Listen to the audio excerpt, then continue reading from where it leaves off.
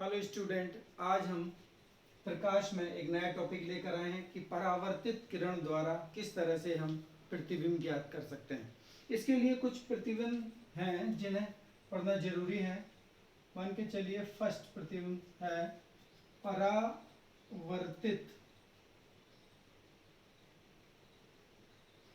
किरण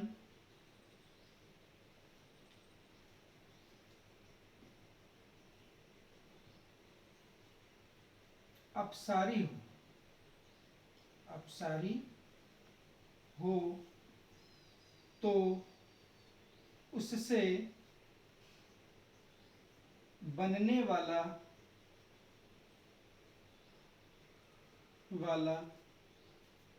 जो प्रतिबिंब होगा वो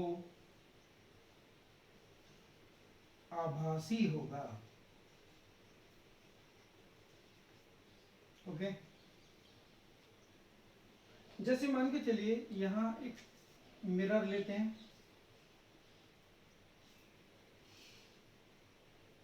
और यहाँ कोई वस्तु रखी है मिरर के सामने, तो इसका जो परावर्तन है इस मिरर पे इस तरह से हो रहा है,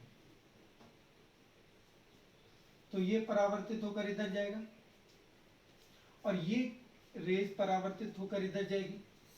फाइनली यहाँ जो परावर्तित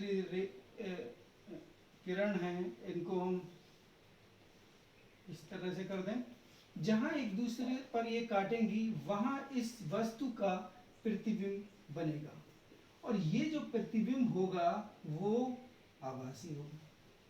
ओके, दूसरा जो कंडीशन है,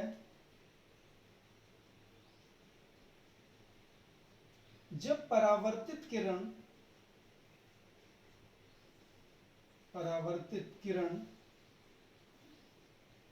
अभिसारी हो तो उससे बनने वाला प्रतिबिंब, उससे बनने वाला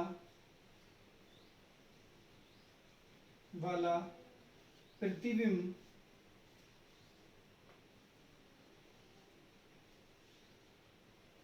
वास्तविक होगा।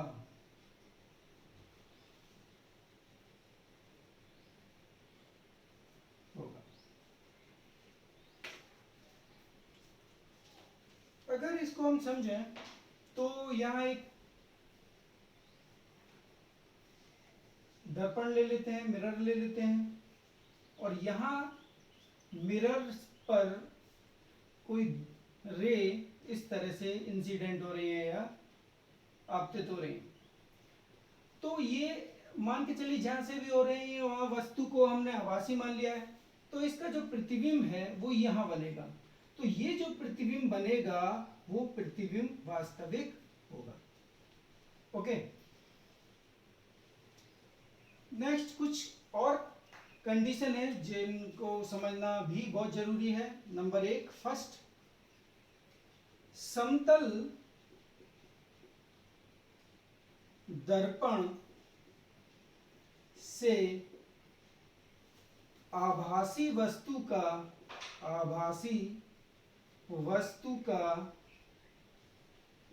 प्रतिबिंब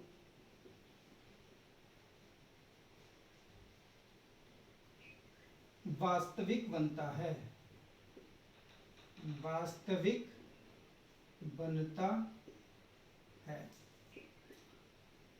सेकंड पॉइंट है, समतल दर्पण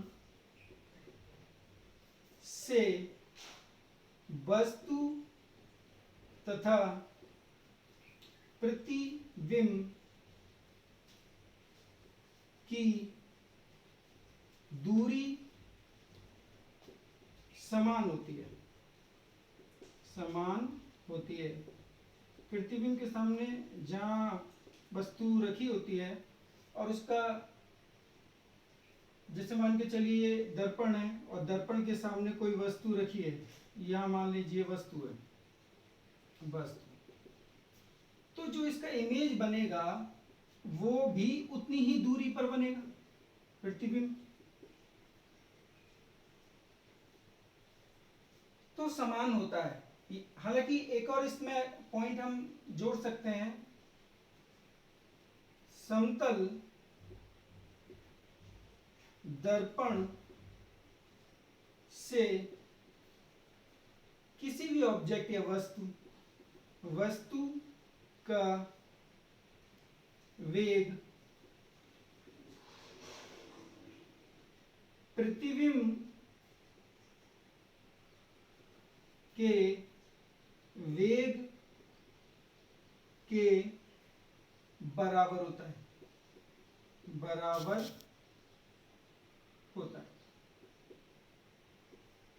बिल्कुल पैरेलल चलता है।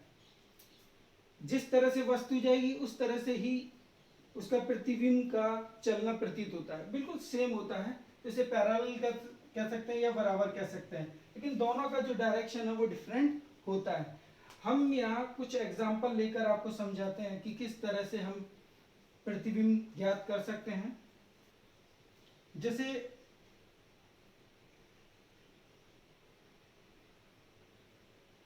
मान के चलिए दो मिरर हैं, M1 और M2, जो कि दोनों एक दूसरे से 90 के कोण पर झुके हुए हैं। 90 का M1 और M2। यहाँ पर हम किसी वस्तु को कंसीडर कर रहे हैं, वस्तु को यहाँ पर मान लेते। ओके, तो जब इसका परावर्तन होगा तो एक रेज इस तरह से परावर्तित होगी इधर, और एक रेज मान लीजिए इधर परावर्तित हो रही है, दो रेज इस तरह से परावर्तित हो रही है। और जब आपतित जब होगी दर्पण M1 पर, तो यहां से इसका परावर्तन इधर होगा और इस रे का परावर्तन इधर होगा, तो दोनों यहां परावर्तित होंगी। जब परावर्तित होंगी तो इसका, इन रेजों को इस तरह से हम आगे बढ़ा सकते हैं, तो इसका जो इमेज है I1 वो यहां बनेगा। और जब रेज, ये दोनों रेज M2 दर्पण पर गिरती हैं तो इसका परावर्तन इधर होगा और इसका परावर्तन इधर होगा। और फाइनली जब ये रेजों को हम आगे इस तरह से बढ़ाते हैं तो इसका जो इमेज है वो इस तरह से यहां बनेगा I2। तो इस प्रकार इस वस्तु का जो दो इमेज बन रही हैं वो इस तरह से परावर्तित किरण द्वारा इन दोनों इमेजों को हम ज्ञात कर सकते हैं। अब बेसिकली हम और कुछ एक और एग्जांपल लेते हैं। मान के चलिए जैसे यहां पर दो मिरर है, ओके, दोनों मिरर जो एक दूसरे से कुछ दूरी पर रखे हुए हैं। मान के चलिए दोनों मिरर जो है एक दूसरे से 10 सेंटीमीटर की दूरी पर रखे हैं, ओके। और वस्तु, पहले मिरर M1 और M2 मान लेते हैं, वस्तु जो है यहां रखी है, यानी 6 सेंटीमीटर की दूरी पर रखी है, ओके। तो ऑब्जेक्ट यहां वस्तु को मान लें, तो ये जो डिस्टेंस होगी वो कितना होगा, 4 सेंटीमीटर होगा, ओके। तो ये जो है 4 सेंटीमीटर इधर आएगा, 4 सेंटीमीटर। फिर आगे यहां से यहां तक 10 सेंटीमीटर आगे, तो इमेज फर्स्ट यहां बन गई। और इमेज सेकंड बनने के लिए अगर इमेज फर्स्ट इस ऑब्जेक्ट की यहां बन रही है तो अगर वस्तु को हम यहां मान लें तो यहां से यहां तक इस मिरर पर आएगी रेज, और रेज आने के बाद यहां से इसका जो डिस्टेंस है वो कितना होगा, 4 और 10 यानी 14 सेंटीमीटर यहां पर इसका सेकंड इमेज बनेगा जब वस्तु को हम यहां मान लेंगे, ओके। तो कभी कभार क्वेश्चन पूछ लेता है, इसी तरह से आगे भी हम इमेज को बना सकते हैं जैसे चाहें। अगर मान के चलिए क्वेश्चन में उसने पूछा कि मिरर M1 से I2 तथा मिरर M2 से I1 के बीच दूरी ज्ञात करो, दूरी होगी, ओके। तो यहां से हम दोनों के बीच की डिस्टेंस निकाल सकते हैं। चूंकि I2 से M1 की I2 से जो डिस्टेंस है वो 14 सेंटीमीटर है, तो ये 14 आ गया, 14 सेंटीमीटर। ओके, और M2 से I की डिस्टेंस जो कितना है 4 सेंटीमीटर है, प्लस 4 हो गया। लेकिन हमें दोनों के बीच की डिस्टेंस भी चाहिए, तो ये भी ऐड हो जाएगा 10 सेंटीमीटर। ओके, तो फाइनली जो इसका डिस्टेंस है वो कितना हो जाएगा 28 सेंटीमीटर, दोनों इमेजों के बीच की डिस्टेंस। तो ये हो गई I1 और I2 के बीच दूरी। इस तरह से हम किसी भी इमेज को फाइंड कर सकते हैं। और अगर हम थोड़ा सा और क्वेश्चनों पर थोड़ा सा विचार करें तो हम यहां इसको पहले रफ कर लेते हैं।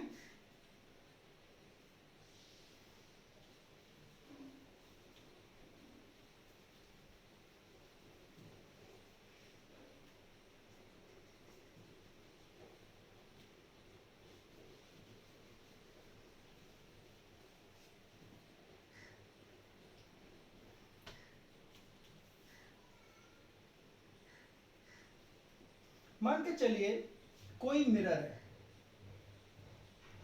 ये मिरर है M, और यहां पर कोई वस्तु रखी है O बिंदु, O बिंदु को मान लेते हैं। ओके, अब अगर मिरर को हमने शिफ्ट कर दिया, मिरर को हमने 2 सेंटीमीटर शिफ्ट कर दिया, मान के चलिए 2 सेंटीमीटर मिरर को आपने शिफ्ट कर दिया, तो ये मिरर जो है यहां आ गया।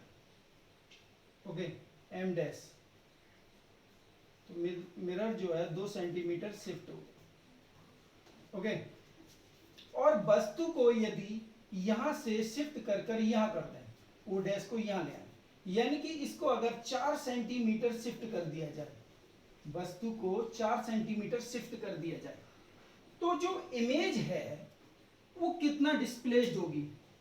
तो प्रतिबिंब का जो विस्थापन है, विस्थापन बराबर होता है 2 इंटू M माइनस O। तो मिरर कितना शिफ्ट किया है 2 इंटू 2 सेंटीमीटर, और ऑब्जेक्ट कितना शिफ्ट किया है, वो किया है 4 सेंटीमीटर।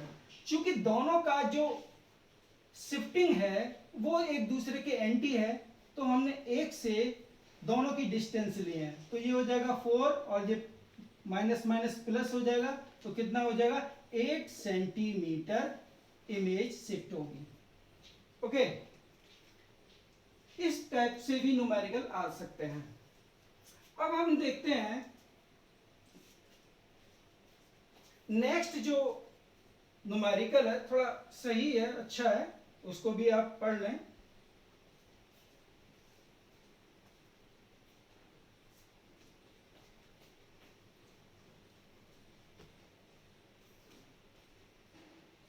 मान के चलिए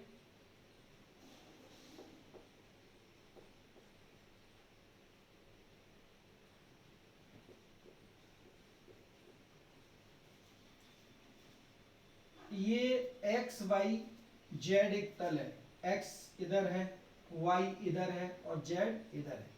यहां वाई जेड पर एक मिरर रखा है, वाई जेड तल में एक मिरर रखा है जो कि मूव कर रहा है इस डायरेक्शन में। ओके, तो 4i डायरेक्शन में वो क्या कर रहा है, मूव कर रहा है, जबकि जो ऑब्जेक्ट है वो मूव कर रहा है पूरे तल में। तो इसका मिरर का जो वेलोसिटी है मूव करने का वो हो जाएगा 4i। ओके, और ऑब्जेक्ट का जो मूव करना है वो मान के चलिए तीनों अक्षों के अकॉर्डिंग अगर 2i plus 2j and minus k है।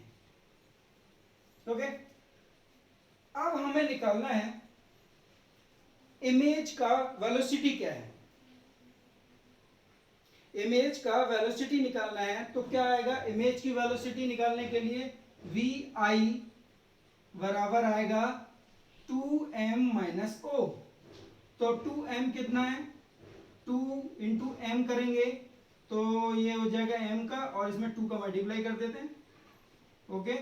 और माइनस ऑफ वी ओ, ओ का वेलोसिटी, ये हो जाएगा इस माइनस से ये प्लस भी माइनस हो जाएगा और ये प्लस हो जाएगा, ये हो जाएगा 4i minus 2i minus 2j और प्लस k। जब इसे आप सॉल्व करेंगे तो आएगा 2i minus 2j plus k। लेकिन अभी कंडीशन में ये तो इमेज की वेलोसिटी आ गई, प्रतिबिंब का वेग आ गया, प्रतिबिंब का वेग। इसी तरह से हम ऑब्जेक्ट के सापेक्ष अगर प्रतिबिंब का वेग निकालना हो तो वस्तु के सापेक्ष